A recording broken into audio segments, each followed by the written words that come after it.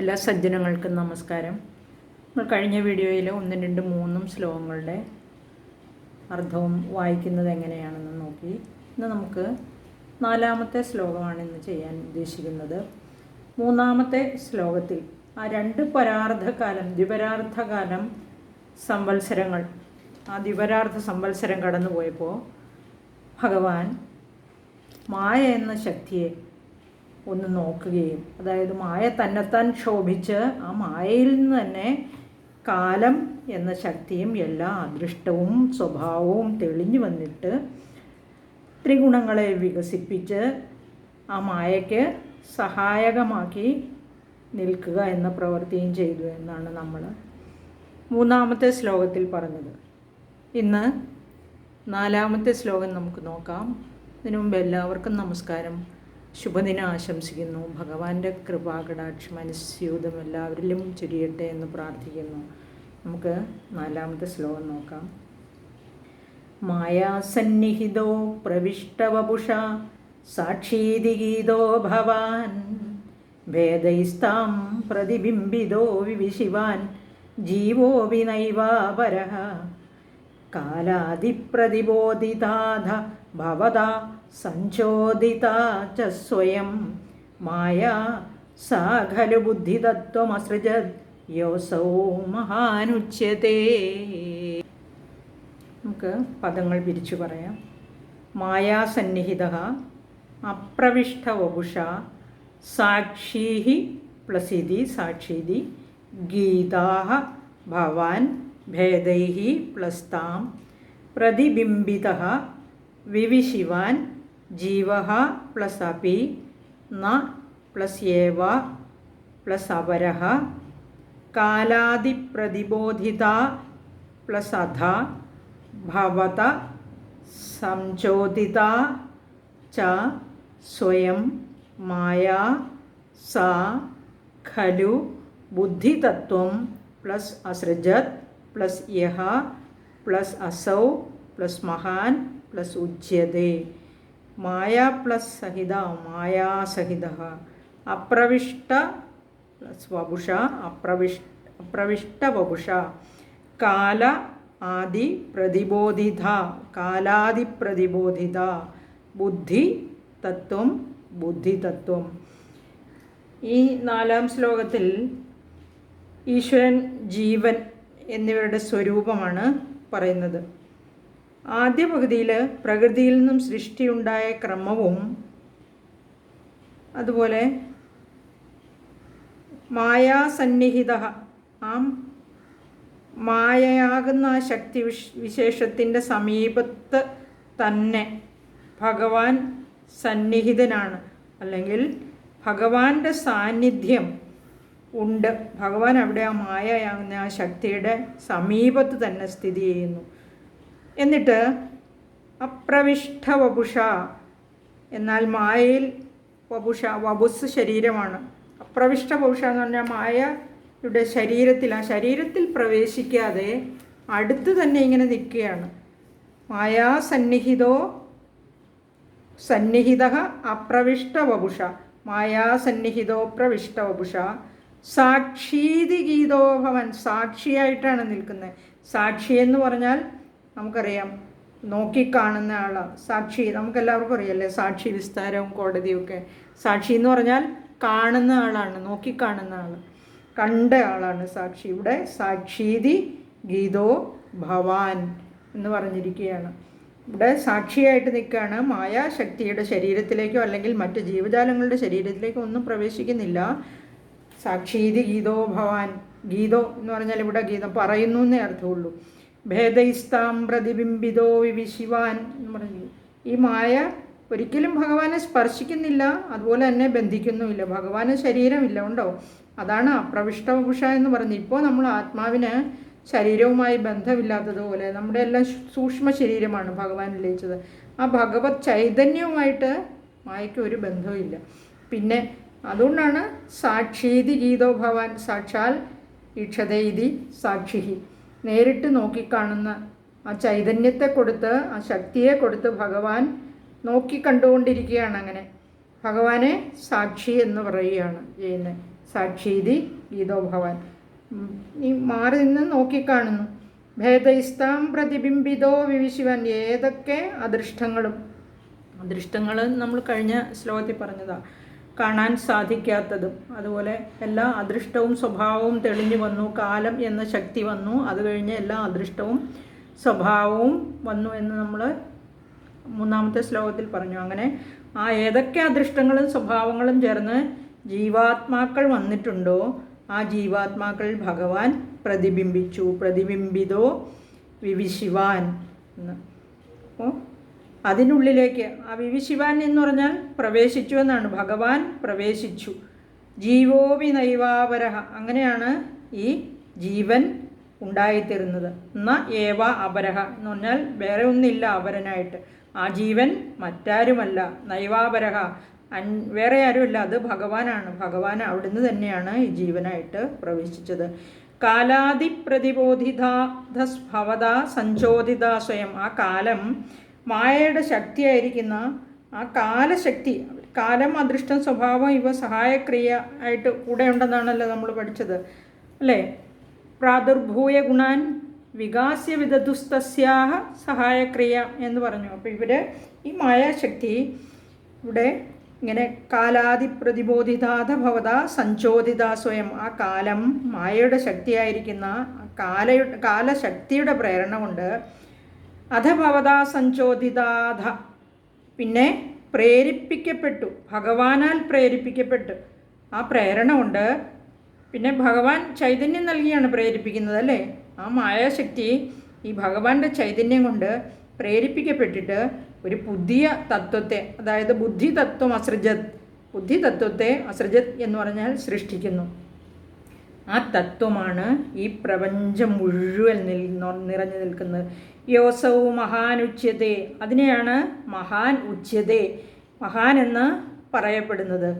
അതാണ് ഈ ബുദ്ധിതത്വമാണ് മഹത്തത്വം, അതാണ് ബുദ്ധിതത്വം. കാലത്തിൻ്റെ ശക്തി കൊണ്ട് ഭഗവാന്റെ പ്രേരണയാൽ ആദ്യം സൃഷ്ടിക്കപ്പെട്ടതായ വസ്തുവാണ് ഈ മഹത്തത്വം, അല്ലെങ്കിൽ ബുദ്ധിതത്വമെന്നും അതിനെ പറയാം. മായ സൃഷ്ടിക്കുന്ന ആദ്യത്തെ ശക്തിയാണ് ബുദ്ധി തത്വം, ഓർത്തു വെക്കുക. ഇനി അതിൽ നിന്നാണ് മറ്റുള്ള എല്ലാ തത്വങ്ങളും ജീവജാലങ്ങളും എല്ലാം ഓരോന്നോരോന്നായിട്ട് വരുന്നത്. അപ്പോൾ ഭഗവാൻ ശക്തി കൊടുക്കുന്നു, ചൈതന്യം കൊടുക്കുന്നു. ഇങ്ങനെ സാക്ഷീതി ഗീതോ ഭവൻ, സാക്ഷിയായിട്ട് നോക്കി കണ്ടുകൊണ്ട് നിൽക്കുകയാണ്.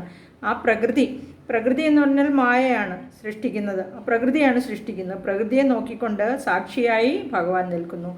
ഓരോ സൃഷ്ടിയിലും ഭഗവാൻ ജീവനായിട്ടാണ് സ്ഥിതി ചെയ്യുന്നത്. ഇങ്ങനെ ജീവനായിട്ട് സ്ഥിതി ചെയ്യുക എന്ന് പറഞ്ഞാൽ എല്ലാ ജീവജാലങ്ങളിലും ഭഗവാനുണ്ട്. ഭഗവാൻ സർവ്വവ്യാപിയാണല്ലേ ആ ഭഗവാൻ. അപ്പം നമ്മൾ ഓരോ വസ്തുവിനെയും കാണുമ്പോൾ ഭഗവാനാണെന്ന് സങ്കല്പിച്ച്, അതിലെല്ലാം ഭഗവാൻ ആണെന്ന് സങ്കല്പിച്ച് വേണ്ടേ നോക്കാനായിട്ട് അല്ലേ. അങ്ങനെ ഭഗവാൻ എല്ലായിടത്തും നിറഞ്ഞു നിൽക്കുന്നു. ഭഗവാൻ എല്ലാ ജീവജാലങ്ങളിലും നിറഞ്ഞു നിൽക്കുന്നു. എല്ലാ അണുവിലും, ഓരോ ചെറുജീവികളിലും വലിയ ജീവികളിലും സസ്യങ്ങളിലും പർവ്വതങ്ങളിലും നദികളിലും എല്ലാം എന്തൊക്കെ സൃഷ്ടിക്കപ്പെട്ടിട്ടുണ്ടോ അതിലെല്ലാം ഭഗവാൻ നിറഞ്ഞു നിൽക്കുന്നു. ആ മായയിൽ സന്നിധാനം ചെയ്തിട്ടുണ്ട്. അതുപോലെ തന്നെ മായയിൽ സാന്നിധ്യമുണ്ട്. മായ എവിടെ? ആ മായാശക്തിയുടെ അടുത്ത് തന്നെ ഭഗവാന്റെ സാന്നിധ്യമുണ്ടെന്നാണ് പറഞ്ഞത്. മായയിൽ പ്രവേശിച്ചിട്ടില്ല അല്ലേ. അങ്ങനെ ആ ഭഗവാനെ സാക്ഷി എന്നാണ് പറഞ്ഞിട്ടുള്ളത്. ആ മായയിൽ സൃഷ്ടിക്കപ്പെട്ട, അതായത് അദൃഷ്ടം സ്വഭാവം ഗുണം ഇവയുടെ സഹായത്താൽ സൃഷ്ടിക്കപ്പെട്ട ജീവജാലങ്ങളിൽ അത് ഭഗവാനാൽ പ്രേരിപ്പിക്കപ്പെട്ടിട്ടാണ് മായ തന്നെ ബുദ്ധിതത്വത്തെ ആദ്യമായിട്ട് സൃഷ്ടിച്ചത്. അങ്ങനെ സൃഷ്ടിക്കപ്പെട്ട ആ ബുദ്ധിതത്വത്തിനെ നമ്മൾ മഹത്തത്വം എന്നും പറയുന്നു. ഇതാണ് 4ാമത്തെ ശ്ലോകത്തിൻ്റെ സാരാംശം. ഇനി നമുക്ക് 5ാമത്തെ ശ്ലോകം നോക്കാം. തത്രാസൗ ത്രിഗുണാത്മകോപിച്ച മഹാൻ സത്വപ്രധാന സ്വയം ജീവേസ്മിൻ ഖലു നിർവികൽപമഹമിത്യുദ്ബോധനിഷ്പാദക ചക്രേസ്മിൻ സവികൽപബോധകമഹം തത്വം മഹാൻ ഖല്വസൗ സമ്പുഷ്ടം ത്രിഗുണൈസ്തമോതിബഹുലം വിഷ്ണോ ഭവത്പ്രേരണാത്. തത്രാസൗ ത്രിഗുണാത്മകോ ബീജമഹാൻ സത്വപ്രധാനസ്വയം ജീവേസ്മിൻ ഖലു നിർവികൽപമഹമിത്യുദ്ബോധനിഷ്പാദകഃ ചക്രേസ്മിൻ സവികൽപബോധകമഹം തത്വം മഹാൻ ഖല്വസൗ സമ്പുഷ്ടം ത്രിഗുണൈസ്തമോതിബഹുലം വിഷ്ണോ ഭവത്പ്രേരണാത്. തത്ര അവിടെ, അസൗജ മഹാൻ, ഇവിടെ തത്ര പദങ്ങൾ പിരിച്ചു പറയാം ആദ്യം. തത്ര അസൗ ത്രിഗുണാത്മക അപി ച മഹാൻ സത്വ പ്രധാനഃ സ്വയം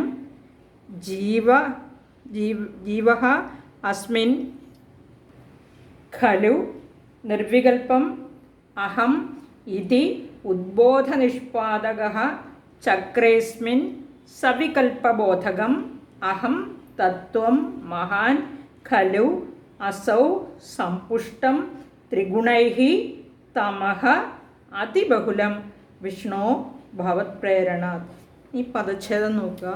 ത്രിഗുണാത്മകഃ, ത്രിഗുണാത്മകഃ, സത്വപ്രധാനഃ, സത്വപ്രധാനഃ, ഉദ്ബോധനിഷ്പാദകഃ, ഉദ്ബോധനിഷ്പാദകഃ, സവികൽപബോധകം, സവികൽപബോധകം, ത്രിഗുണൈഃ, ത്രിഗുണൈഃ, അഹം തത്വം, അഹം തത്വം, ഭവത് പ്രേരണാത്, ഭവത് പ്രേരണാത്.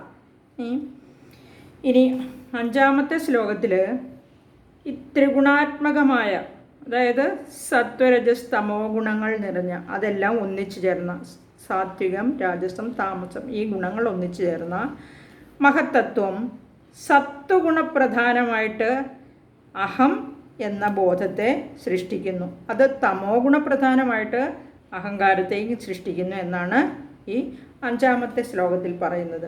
തത്ര അസൗ, അസൗ, തത്ര അസൗ, ആ മഹത്തത്വം ആ മായാശക്തിയാൽ, മായാശക്തിയാൽ അതായത് ഭഗവാന്റെ പ്രേരണയാൽ സൃഷ്ടിക്കപ്പെട്ടിട്ട്, ആ മഹത്തത്വം, ആരാണ് മഹത്തത്വത്തെ സൃഷ്ടിച്ചത്?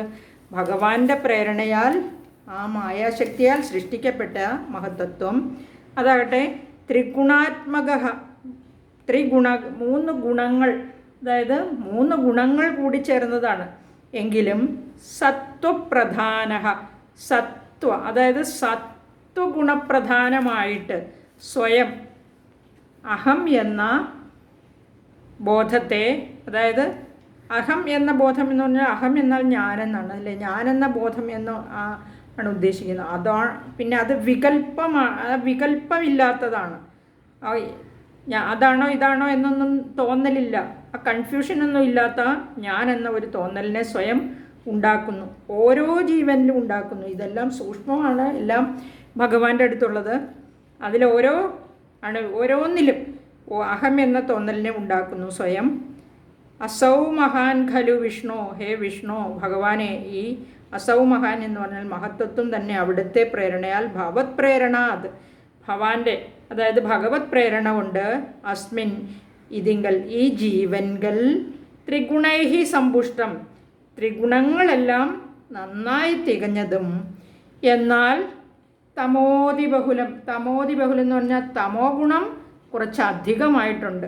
മൂന്ന് ഗുണങ്ങൾ ഒന്നിച്ചു ചേർന്നിരിക്കുന്നുണ്ടെങ്കിലും അതിൽ തമോ ഗുണം കുറച്ച് കൂടുതലുണ്ട്. തമോതിബഹുലം, ത്രിഗുണൈഹി സമ്പുഷ്ടം, ത്രിഗുണങ്ങളെല്ലാം നന്നായി തികഞ്ഞതും എന്നാൽ തമോതിബഹുലം, തമോ ഗുണം കുറച്ച് കൂടുതലായിട്ടുള്ളതും. സവികൽപബോധകം, ആ മുൻപ് പറഞ്ഞ വികല്പത്തിൻ്റെ ബോധം നമ്മിലുണ്ടാക്കുന്നതുമായ സവികൽപബോധകം എന്ന് പറഞ്ഞാൽ അതാണോ ഇതാണോ എന്നുള്ള ഒരു തോന്നൽ നമ്മളിലുണ്ടാക്കുന്ന, ആ വികല്പത്തിൻ്റെ ബോധം നമ്മിലുണ്ടാക്കുന്നതുമായ അഹങ്കാരം എന്ന തത്വത്തെ സൃഷ്ടിച്ചു. മഹത്തത്വം അഥവാ ബുദ്ധിതത്വം, ഇവയിലെല്ലാ ഗുണങ്ങളും കൂടി ചേർന്നിട്ടുണ്ട്. അതായത് ത്രിഗുണാത്മകമാണ്. അതിൽ നിന്ന് ഞാൻ എന്ന അഹം തത്വത്തെ, ആ അഹം എന്ന ബോധത്തെ, അതിന് സത്വഗുണപ്രധാനമാകുന്നു. അതിൽ കുറച്ച് സാത്വിക ഗുണം കൂടുതലുണ്ട്. അതിനെ ആ മഹത്വത്തിൽ നിന്ന് ഈ അഹം എന്ന ബോധത്തെ സൃഷ്ടിക്കുന്നു. അതിന് സത്വഗുണം കൂടുതലുണ്ട്, സത്വഗുണം പ്രധാനമാകുന്നു അത്. പിന്നീട് ആ മഹത്വത്വം തന്നെ അവിടുത്തെ പ്രേരണയാൽ തമോതിബഹുലം, തമോ ഗുണം കുറച്ച് കൂടുതലുള്ള തമോ ഗുണപ്രധാനമായ അഹങ്കാരം എന്ന തത്വത്തെ സൃഷ്ടിക്കുകയാണ്. ആദ്യം അഹം എന്ന ബോധത്തെ, അതായത് വികല്പത്തിൻ്റെ ബോധം നമ്മിലുണ്ടാക്കുന്ന ആ അഹങ്കാരം എന്ന തത്വത്തെ സൃഷ്ടിച്ചു. ആ ബുദ്ധിതത്വം അല്ലെങ്കിൽ മഹത്തത്വം, ഇവയിൽ എല്ലാ ഗുണങ്ങളും കൂടിച്ചേർന്നിട്ടുണ്ട് മഹത്തത്വത്തിൽ. ത്രിഗുണാത്മകമാണ്. അതിൽ നിന്ന് ഞാനെന്ന അഹംബോധത്തെ, അതുപോലെ തന്നെ അതിൽ ആ അഹംബോധത്തിൽ സത്വഗുണപ്രധാനമാകുന്നു. അതിനെ സൃഷ്ടിച്ചു കഴിഞ്ഞിട്ട് പിന്നീട് ആ മഹത്തത്വം അവിടുത്തെ പ്രേരണയാൽ തമോതിബഹുലം തമോ ഗുണപ്രധാനമായ അഹങ്കാരം എന്ന തത്വത്തെയും സൃഷ്ടിച്ചു എന്ന് പറഞ്ഞിരിക്കുകയാണ്. പിന്നെ ആ മഹാകൽപ്പം കഴിഞ്ഞ് വരുന്ന പ്രാകൃത പ്രളയത്തിൽ പ്രകൃതി ലയിക്കുന്നത് ഈ ബ്രഹ്മാവ് എല്ലാം ലയിച്ചു പോയെന്നാണ് പറഞ്ഞ ദേവന്മാരും ഒന്നുമില്ല, ഭഗവാൻ മാത്രമേ ഉണ്ടായിരുന്നുള്ളൂ അല്ലേ. അപ്പോൾ ഏറ്റവും വലിയ പ്രളയമാണ് മഹാപ്രളയം, അല്ലെങ്കിൽ ഭഗവാൻ മാത്രമാണ് അവിടെ ഉണ്ടായിരുന്നത്. ദേവി മാഹാത്മ്യത്തിലും അത് തന്നെ പറയുന്നുണ്ട് അല്ലേ.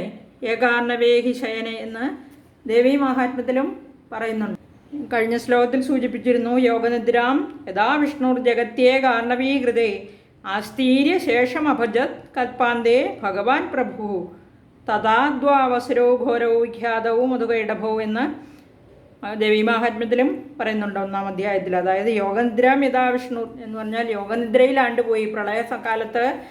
ആ ലോകം മുഴുവനും ത്രിഭുവനങ്ങളും ഒറ്റ സമുദ്രത്തിലായപ്പോൾ, ഏകാർണവേഹി എന്ന് പറഞ്ഞിരിക്കുന്ന ഒറ്റ സമുദ്രമായി തീർന്നപ്പോൾ ഭഗവാൻ ശേഷശയ്യമേൽ യോഗനിദ്രയിലാണ്ടു എന്ന് ദേവി മാഹാത്മ്യത്തിൽ പറഞ്ഞു. അത് തന്നെയാണ് ഇവിടെയും പറയുന്നത്. മഹാപ്രളയം ഉണ്ടായി, എല്ലാം ലയിച്ചു പോയി. ആ മഹാപ്രളയത്തിൽ ഭഗവാൻ മാത്രമാണ് ഉണ്ടായിരുന്നത്. ആ ജ്ഞാനസ്വരൂപനായിരിക്കുന്ന ആ ഭഗവാൻ, എല്ലാം ഭഗവാനിൽ ലയിച്ചിരിക്കുകയാണ്. എന്തെല്ലാം സൃഷ്ടികൾ മുമ്പുണ്ടായിരുന്നുവോ അവയെല്ലാം വന്ന് ഭഗവാനിൽ ലയിച്ചു. നമ്മളെല്ലാം പഞ്ചഭൂതങ്ങളാൽ നിർമ്മിതമാണെന്ന് നമ്മൾ കഴിഞ്ഞ ശ്ലോകങ്ങളിൽ പഠിച്ചു. ആ പഞ്ചഭൂതങ്ങളിൽ നിന്ന് പഞ്ചഭൂതങ്ങളിൽ തന്നെ ലയിക്കുകയാണ്, പഞ്ചതന്മാത്രകളിൽ ലയിക്കുകയാണ്. പഞ്ചതന്മാത്രകൾ അഹങ്കാരത്തിൽ ലയിച്ചു, അഹങ്കാരം മഹത്തത്വത്തിൽ ലയിച്ചു, മഹത്തത്വം പ്രകൃതിയിൽ ലയിച്ചു, പ്രകൃതിയോ ഭഗവാനിൽ പോയി ലയിച്ചു. എല്ലാം ഭഗവാനിൽ ലയിച്ചു. എപ്രകാരമാണോ എല്ലാം സൃഷ്ടിക്കപ്പെട്ടത് അതുപോലെ തന്നെ ഭഗവാനിലേക്ക് തിരികെ ലയിച്ചു ചേർന്നു. പ്രളയകാലത്ത് ഭഗവാൻ മാത്രമല്ലേ ഉണ്ടായിരുന്നുള്ളൂ. ആ സമയത്ത് നാം എവിടെ നോക്കിയാലും വ്യക്തമിതം നകിഞ്ചിതഭവത്, വ്യക്തമായിട്ടും അവ്യക്തമായിട്ടും ഒന്നും തന്നെ ഉണ്ടായിരുന്നില്ല. വ്യക്തമിതം നകിഞ്ചിതഭവത്, ഭഗവാൻ മാത്രം. ഹേ അജ എന്നാണ് വിളിച്ചത്. ജനിക്കാത്തവനാണ് ഭഗവാൻ, അതുകൊണ്ട് തന്നെ അജനാണല്ലേ. അതുകൊണ്ട് തന്നെ ഭഗവാന് ജനിച്ചാലല്ലേ മരണമുള്ളൂ, ജനിക്കാത്തവന് മരണമില്ലല്ലോ. അങ്ങനെ ഭഗവാനിൽ നിന്നുമാണ് മറ്റെല്ലാം ഉണ്ടായത്. ഭഗവാൻ നിത്യനാണ്, അജനാണ്. ഇങ്ങനെ മായ, കാലം, അദൃഷ്ടം, സ്വഭാവം. മായയാകുന്ന ശക്തി, കാലം, അദൃഷ്ടം, സ്വഭാവം, ഇവയുടെ സഹായത്താൽ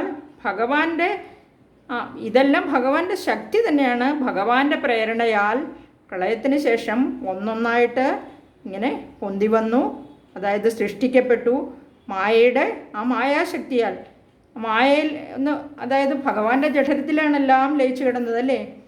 അപ്രവിഷ്ടവപുഷ എന്നാണ് പറഞ്ഞിരിക്കുന്നത്. മായയിൽ പ്രവേശിക്കാതെ നോക്കി നിന്നു. സാക്ഷീതി ഗീതോ ഭഗവാൻ തൻ്റെ ചൈതന്യത്താൽ മായയിൽ നിന്നുണ്ടായ തത്വത്തിനല്ല, അതായത് ബുദ്ധി തത്വത്തെ ആദ്യം സൃഷ്ടിച്ചു, മഹത്തത്വത്തെ. അതാണ് ഏറ്റവും ശ്രേഷ്ഠം. അതുകൊണ്ടാണ് മഹത്തത്വം എന്ന് പറയുന്നത്. അത് ത്രിഗുണപ്രധാനമാണ്. അതിൽ നിന്ന് എല്ലാ സൃഷ്ടികളും വീണ്ടും വീണ്ടും ഒന്നൊന്നായി ഇങ്ങനെ സൃഷ്ടിക്കപ്പെട്ടു എന്നാണ് പറയുന്നത്. ഇനി സത്വഗുണം മാത്രമായിട്ട് ഒരു സൃഷ്ടി ഉണ്ടായി. അതിന് വേറെ ഭേദങ്ങളൊന്നുമില്ല. വലുത് ചെറുത്, മനുഷ്യൻ, മൃഗൻ, അസുരൻ, ദേവൻ, അങ്ങനെയൊന്നുമില്ല. ഇങ്ങനെ ഭേദങ്ങളൊന്നുമില്ല, നിർവികൽപ്പമാണ്. അങ്ങനെയുള്ള ഒരു സൃഷ്ടി, അതാണ് അഹം എന്ന ബോധം. അതാണ് മറ്റെല്ലാ സൃഷ്ടികൾക്കും ആധാരം എന്നാണ് ഇവിടെ പറഞ്ഞിരിക്കുന്നത്. നമുക്കിനി അടുത്ത ശ്ലോകത്തിലേക്ക് നോക്കാം. അടുത്ത ശ്ലോകം 6-ാമത്തെ ശ്ലോകമാണ്. ഇനി 6-ാമത്തെ ശ്ലോകത്തിൽ 6-ാമത്തെ ശ്ലോകം നോക്കാം. സോഹം ച ത്രിഗുണക്രമാത് ത്രിവിധതാമാസാദ്യ വൈകാരികോ ഭൂയസ്തൈജസതാം അസാവിധി ഭവന്നാദ്യേന സത്വാത്മന ദേവാനിന്ദ്രിയമാനിനോ ഹൃദദിശാവാതാർക്കവാശ്യശ്വിനോ വന്നീന്ദ്രാച്യുതമിത്രകാൻ വിധുവിധി ശ്രീരുദ്രശാരീരകാൻ സോഹം ച ത്രിഗുണക്രമാത് ത്രിവിധതാമാസാദ്യ വൈകാരികോ ഭൂയസ്തൈജസതാം അസാവിധി ഭവന്നാദ്യേന സത്വാത്മന ദേവാനിന്ദ്രിയമാനിനോ ഹൃദദിശാവാതാർക്കവാശ്യശ്വിനോ വന്നീന്ദ്രാച്യുതമിത്രകാൻ വിധുവിധി ശ്രീരുദ്രശാരീരകാൻ. നമ്മൾ കഴിഞ്ഞ ശ്ലോകത്തിൽ മഹത്തത്വത്തെ സൃഷ്ടിച്ചു. അത് കഴിഞ്ഞ് ആ മഹത്തത്വത്തിൽ നിന്ന് അത് കഴിഞ്ഞിട്ട് അഹം എന്ന ബോധം, അതായത് അഹങ്കാരത്തെ സൃഷ്ടിച്ചു എന്നും നമ്മൾ പറഞ്ഞു. ഇനി ഈ ശ്ലോകത്തിൽ നമുക്ക് നോക്കാം. ത്രിഗുണാത്മകമായ മഹത്വത്വം, സത്വഗുണപ്രധാനമായിട്ട് നിർവികൽപ്പമായ അഹം ബോധത്തെ സൃഷ്ടിച്ചു. അത് കഴിഞ്ഞ് തമോ ഗുണപ്രധാനമായിട്ട് സവികൽപ്പ ബോധജനകമായ അഹങ്കാരത്തെയും സൃഷ്ടിക്കുന്നു എന്നാണ് കഴിഞ്ഞ ശ്ലോകത്തിൽ പറഞ്ഞത്. ഇനി നമുക്ക് ഈ ആറാമത്തെ ശ്ലോകത്തിൽ എന്താണെന്ന്, ആ അഹങ്കാരം സ അഹം ച സഹ അഹം ച എന്ന് പറഞ്ഞാൽ ആ അഹങ്കാരമാകട്ടെ ത്രിഗുണക്രമാത്, ആ 3 ഗുണങ്ങളുടെ ക്രമമനുസരിച്ച്, ആദ്യം ഏതാണോ അത്, രണ്ടാമത് ഏതാണോ അത്, അങ്ങനെ 1 2 3 ക്രമമനുസരിച്ച് ത്രിവിധതാമാസാദ്യ 3 വിധത്തിലാവുക എന്ന അവസ്ഥയെ പ്രാപിച്ചു. വൈകാരിക ഭൂയ തൈജസതാമസൗ ഇതിജ ഭവാൻ, ഇതിജ ഭവൻ. വൈകാരികവും, അതായത് സാത്വിക ഗുണത്തിനെയാണ് വൈകാരികം എന്ന് പറഞ്ഞത്. പിന്നെ തൈജസ ഗുണം, അതിനെ രാജസം എന്ന് വിളിച്ചു. താമസങ്ങളെ തമോ ഗുണം എന്ന് വിളിച്ചു. ഇങ്ങനെ പേരുകൾ ഉള്ളതായി കഴിഞ്ഞു എന്നാണ് പറയുന്നത്. ഇങ്ങനെ ഓരോന്നിനും ഓരോ പേര് വിളിക്കപ്പെട്ടു. ആദ്യേന സത്വാത്മന, അവയിൽ ആദ്യത്തേതാണ് സാത്വികം എന്ന് പറയുന്നത്. ദിശാവാതാർക്കവാശ്യശ്വിനാം, ഇനി ആദ്യത്തെ ആ സാത്വിക ഗുണത്തിൽ അടങ്ങിയിരിക്കുന്നത് ഏതൊക്കെയാണെന്നാണ്. ദിക്ക്, വായു, ആദിത്യൻ, വരുണൻ, അശ്വിനി ദേവന്മാർ എന്നിവരാണ് ഈ ഇങ്ങനെ അടങ്ങിയിരിക്കുന്നത്. അതായത് വന്നീന്ദ്രാച്യുതമിത്രകാൻ വിധുവിധി ശ്രീരുദ്ര ശാരീരകാൻ എന്ന് പറയും. ഇനി നമുക്ക് നോക്കാം 5ാമത്തെ ശ്ലോകത്തിൽ ത്രിഗുണാത്മകമായ മഹത്തത്വം അഹം തത്വത്തെ സൃഷ്ടിച്ചു എന്ന് പറഞ്ഞു. അത് കഴിഞ്ഞ് ആ അഹം തത്വത്തിൽ നിന്നും അഹങ്കാരത്തെയും സൃഷ്ടിച്ചു എന്നാണ് പറഞ്ഞത്. അത് കഴിഞ്ഞിട്ട് ഈ ശ്ലോകത്തിൽ പറയുന്നത് സോഹം ച ത്രിഗുണക്രമാത് എന്ന് പറഞ്ഞാൽ ക്രമമനുസരിച്ച് അഹന്തത്വം, ഈ അഹങ്കാരം ത്രിഗുണങ്ങളുടെ ക്രമം അനുസരിച്ചിട്ട് 3 വ്യത്യസ്ത രൂപങ്ങൾ, അതായത് വ്യത്യസ്ത അവസ്ഥകളെ പ്രാപിക്കുന്നു എന്ന് പറഞ്ഞു. 3 വ്യത്യസ്ത വിധത്തിലാവുക എന്ന അവസ്ഥാവിശേഷത്തെ പ്രാപിച്ചു. ഇനി ഏതൊക്കെയാണെന്ന് നോക്കാം നമുക്ക്. അത് ഞാൻ പറഞ്ഞു, വൈകാരികവും, അതായത് അതിൽ സാത്വിക ഗുണമാണ് കൂടുതലായിട്ടുള്ളത്. രണ്ടാമത്തേത് തൈജസ ഗുണപ്രധാനമായിട്ടുള്ളതിനെ രാജസം എന്ന് വിളിച്ചു. തമോ ഗുണപ്രധാനമായിട്ടുള്ളതിനെ താമസം. ഇങ്ങനെ 3ആയി ഓരോന്നോർത്തോർത്ത് വയ്ക്കുക. ഇങ്ങനെ മൂന്നായിട്ട് അതായത് വ്യത്യസ്ത 3 അവസ്ഥകളായിട്ട് അതിൽ നിന്ന് 3 ഭേദങ്ങളുണ്ടായി. അതാണ് സാത്വികം, രാജസം, ആ തമോ ഗുണപ്രധാനമായതിനെ തമസ്, ആ തമോ ഗുണം. അതങ്ങനെ 3 ഭേദങ്ങളുണ്ടായി. ഭൂയസ്തൈജസതാം അസാവിധി ഭവൻ ആദ്യേന, ആദ്യമായിട്ടുണ്ടായ സത്വഗുണത്തിൽ നിന്ന് ദേവാൻ. ഇനി ആ സത്വഗുണത്തിൽ നിന്ന് എന്തൊക്കെയാണ് ഉണ്ടായതെന്നാണ് പറയുന്നത്. ദേവാൻ ഇന്ദ്രിയ മാനിനോ കൃതദിശാവാതാർക്കവാശ്യശ്വിനോ. അപ്പോൾ എന്തൊക്കെയുണ്ടായി നോക്കാം. ദേവാൻ ഇന്ദ്രിയമാനിനഹ, ഇന്ദ്രിയങ്ങളുടെ ദേവതകളായിട്ട് നിൽക്കുന്നവർ. ഏതാണ് ഇന്ദ്രിയങ്ങൾ എന്ന് നമ്മൾ പഠിച്ചത്? ജ്ഞാനേന്ദ്രിയങ്ങളുണ്ട്, 5 ജ്ഞാനേന്ദ്രിയങ്ങളുണ്ട്, 5 കർമ്മേന്ദ്രിയങ്ങളുണ്ട്. ഏതൊക്കെയാണെന്ന് ഓർമ്മയുണ്ടാവുമല്ലോ അല്ലേ? ദിശാവാതാർക്കവാശ്യശ്വിനോ. ഇനി ദിശ എന്ന് പറഞ്ഞാൽ ദിക്കുകളുടെ ദേവതയാണ്. ആ ദിക്കുകളുടെ ദേവത എന്ന് പറഞ്ഞാൽ പിന്നെ വായുദേവത, അർക്കൻ സൂര്യദേവത, പാശി എന്ന് പറഞ്ഞിരിക്കുന്നത് വരുണദേവതയാണ് ജലത്തിൻ്റെ. അശ്വിനോ വാതാർക്കവാശ്യ, അശ്വിനോ എന്ന് പറഞ്ഞിരിക്കുന്ന അശ്വിനീപുത്രന്മാരായ ദേവതകൾ, അശ്വിനീ ദേവകൾ. ഇവരൊക്കെയാണ് നമ്മുടെ ശരീരത്തിലെ ഇന്ദ്രിയങ്ങളുടെ ദേവതമാർ. നമുക്ക് 5 ജ്ഞാനേന്ദ്രിയങ്ങളുണ്ട്, 5 കർമ്മേന്ദ്രിയങ്ങളുണ്ട്. ഇനി ഈ നമുക്കെല്ലാത്തിൻ്റെ, അതായത് ഓരോന്നിൻ്റെയും സാന്നിധ്യം നമുക്ക് അല്ലെങ്കിൽ അനുഭവം ഉണ്ടാകുന്നതാണ് ഈ ജ്ഞാനേന്ദ്രിയങ്ങൾ അല്ലേ. അതായത് ചെവി, കണ്ണ്, മൂക്ക്, നാക്ക്, ത്വക്ക്, ഇവയാണ് ജ്ഞാനേന്ദ്രിയങ്ങൾ. അതൊക്കെ എല്ലാവർക്കും അറിയാമായിരിക്കുമല്ലോ. ഇനി ഏതൊക്കെ ദേവതകളാണ് ഏതൊക്കെ ഇന്ദ്രിയങ്ങൾക്ക് എന്ന് നോക്കാം. ശ്രോത്രം, അതായത് ചെവികൾക്ക് ദിഗ്ദേവതയാണ് ദിശ. ഈ ദേവതയാണ് ലയിക്കുന്നത് നമ്മുടെ ആ ബോഡിയിൽ. ആ ചെവികളുടെ അധിദേവതയാണ് ദിഗ്ദേവത. ദേവതയാണ് പോയി ഭഗവാൻ ലയിച്ചു തരുന്നത്. ഇനി ത്വക്ക് വായുദേവതയായിരിക്കും. വാതാർക്കപാശ്വശ്വനോ എന്നല്ലേ. ഇനി അർക്കദേവത കണ്ണുകളിലാണ്. കണ്ണുകളുടെ ദേവതയാണ് അർക്കദേവത അല്ലെങ്കിൽ സൂര്യദേവത. ഇനി രസന, നാക്ക്, രുചിക്കാൻ, അത് വരുണദേവതയാണ്, ജലത്തിൻ്റെ അധിപൻ. പാശി എന്ന് പറഞ്ഞിരിക്കുന്നത് വരുണദേവതയാണ്. ഇനി മൂക്കുകൊണ്ട് നമ്മൾ വാസനിക്കുന്നു അല്ലേ. ഘ്രാണേന്ദ്രിയമാണ് മൂക്ക് എന്ന് പറയുന്നത്. നാസിക, അവിടെ അശ്വിനി ദേവതകളാണ് സ്ഥിതി ചെയ്യുന്നത്. ശബ്ദസ്പർശ രൂപരസഗന്ധാദികൾ നാം അറിയുന്നത് ഈ ദേവതകളുടെ ഈ അനുഗ്രഹത്താലാണ് നമുക്ക് ഈ അനുഭവങ്ങളെല്ലാം ഉണ്ടാകുന്നത്. ഈ ദേവതകൾ ഏതെങ്കിലും നമ്മളോട് പിണങ്ങിയാലാണ് നമുക്കിത് അറിയാൻ പറ്റാതെ വരിക. ഇനി സൃഷ്ടി, ഇതിങ്ങനെ ഭഗവാൻ ഇങ്ങനെ ആദ്യത്തെ സൃഷ്ടി എന്ന് പറഞ്ഞാൽ മഹത്തത്വം അല്ലെങ്കിൽ ബുദ്ധിതത്വം. അതിൽ നിന്ന് പിന്നെ അഹംബോധം ഉണ്ടായി. ആ അഹംബോധത്തിൽ നിന്ന് അഹങ്കാരത്തെ സൃഷ്ടിച്ചു. അത് കഴിഞ്ഞിട്ട് ആ ത്രിഗുണാത്മകമായിട്ടുണ്ടായിരുന്ന അതിൻ്റെ ക്രമമനുസരിച്ച് ഓരോ സൃഷ്ടിയും നടത്തുന്നതാണ് ഈ പറഞ്ഞിരിക്കുന്നത് അല്ലേ. ഇനി ഏവഞ്ച ദ്വിപരാർദ്ധകാലം വിഗത വീക്ഷാം ശുശ്രൂഷാത്മികാം. ഇവിടെ ക്ഷോഭിക്കുന്നു മായ അല്ലേ. അവിടെ മായ ക്ഷോഭിക്കുകയാണ് ചെയ്യുന്നത് സൃഷ്ടിക്ക് വേണ്ടിയിട്ട് ഭഗവാൻ. അത് നമ്മൾ പഠിച്ചു 3-ാമത്തെ ശ്ലോകത്തിൽ. ബിഭ്രാണേ ത്വൈരുക്ഷുഭേ ത്രിഭുവനീഭാവായ മായ സ്വയം. മായ ശക്തി സ്വയം ക്ഷോഭിക്കുകയാണ് ചെയ്തത് സൃഷ്ടിക്ക് വേണ്ടി.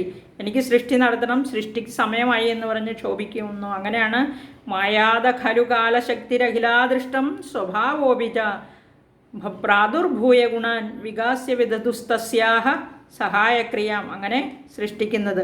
അപ്പം ഇവിടെ ആദ്യത്തേതായ സാത്വിക ഗുണം കൊണ്ട് ദിക്ക്, വായു, ആദിത്യൻ, വരുണൻ, അശ്വിനി ദേവന്മാർ എന്നിവരെയാണ് ഉദ്ദേശിച്ചിരിക്കുന്നതാണ് പറഞ്ഞിരിക്കുന്നത്. ഓരോ ദേവതകൾക്കും ഓരോ സൃഷ്ടികളാണ്. അതിൽ ആദ്യത്തെ സാത്വിക അഹങ്കാരത്തിൽ നിന്നുള്ള സൃഷ്ടികളാണ് ദേവാനിന്ദ്രിയമാനിനഹ. ഇന്ദ്രിയങ്ങളുടെ അഭിമാന ദേവതകളാണ് 5 ജ്ഞാനേന്ദ്രിയങ്ങൾ, അവയുടെ ദേവതകൾ. അവർ നമ്മെ അനുഗ്രഹിക്കുന്നത് കൊണ്ടാണ് ശബ്ദസ്പർശ രൂപരസഗന്ധാദികൾ നമ്മൾ അറിയുന്നത്. ഇനി അടുത്തത് 5 കർമ്മേന്ദ്രിയങ്ങളാണ് പറഞ്ഞിരിക്കുന്നത്. ഏതൊക്കെയാണ് കർമ്മേന്ദ്രിയങ്ങൾ? വാക്പാണി, പാദം, പായു, ഉപസ്ഥം. ഇങ്ങനെ അതിലിരിക്കുന്ന ദേവതമാരാണ് ഓരോന്നും. അതായത് വാക്, പാണി, പാദം, പായു, ഉപസ്ഥം. ഈ പാണിയുടെ ദേവൻ എന്ന് പറഞ്ഞാൽ ഇന്ദ്രനാണ്. അതുപോലെ വാക്കിൻ്റെ ദേവൻ വന്നി, അതായത് അഗ്നിയാണ്. പാദം, നമ്മുടെ കാലുകളുടെ ദേവതയാണ് അച്യുതൻ. അച്യുതൻ എന്ന് പറഞ്ഞാൽ ച്യുതിയില്ലാത്തവൻ ഭഗവാൻ. മിത്രൻ ആരാണ്? അർക്കനാണ് അല്ലേ, സൂര്യൻ. അതുപോലെ പായു എന്ന് പറഞ്ഞിരിക്കുന്നത് നമ്മുടെ വിസർജനേന്ദ്രിയത്തിനെയാണ്, ഏനസിനാണ് പറഞ്ഞിരിക്കുന്നത്. വിസർജനേന്ദ്രിയത്തിൻ്റെ ദേവനാണ് മിത്രൻ. അതുപോലെ ബ്രഹ്മാവ്, പ്രജാപതി, മിത്രകാൻ, ശ്രീരുദ്ര ശാരീരകാൻ എന്ന് പറഞ്ഞ കഹ എന്ന് പറഞ്ഞാൽ ബ്രഹ്മാവാണ്. ആ പ്രജകളുടെ നാഥനായതുകൊണ്ടാണ് പ്രജാപതി എന്ന് പറഞ്ഞിരിക്കുന്നത്. അത് ജനനേന്ദ്രിയത്തിലിരിക്കുന്നു. എല്ലാ കഴിവുകളും തരുന്നത് നമുക്ക് ഈ ദേവതമാരാണ്. വന്നീന്ദ്ര അച്യുതമിത്രകാൻ, വിധുവിധി ശ്രീരുദ്ര ശാരീരകാൻ. മനസ്സ്, ബുദ്ധി, ഇനി അഹങ്കാരം, ചിത്തം, ഇവയാണ് ഇനി നമ്മുടെ ഉള്ളിലുള്ള അന്ധകരണങ്ങൾ. ജ്ഞാനേന്ദ്രിയങ്ങളും കർമ്മേന്ദ്രിയങ്ങളും അവരുടെ ദേവതമാരെയും നമ്മൾ പറഞ്ഞു. ഇനി അത് കഴിഞ്ഞിട്ട് ഇനി അന്ധകരണമാണ്. അന്ധകരണം ഇത് മുൻ ശ്ലോകങ്ങളിൽ പറഞ്ഞിട്ടുണ്ട്. മനസ്സ്, ബുദ്ധി, അഹങ്കാരം, ചിത്തം. ഇനി മനസ്സും ചിത്തവും അല്ലേ? അതുപോലെ ബുദ്ധി, അഹങ്കാരം, ഇവ രണ്ടായിട്ടാണ്. ഇവയുടെ ദേവതമാരാണ്. വിധു എന്ന് പറഞ്ഞാൽ മനസ്സിൻ്റെ ദേവതയാണ്, ചന്ദ്രനാണ് വിധു. വിധി ബ്രഹ്മാവാണ്, ബുദ്ധിയുടെ ദേവത. രുദ്രൻ എന്ന് പറഞ്ഞാൽ എല്ലാവർക്കും അറിയാതെ അഹങ്കാരത്തിൻ്റെ ദേവതയാണ് രുദ്രൻ. ശാരീരകൻ എന്ന് പറഞ്ഞാൽ വിഷ്ണു തന്നെയാണ്, ചിത്തത്തിൻ്റെ ദേവത.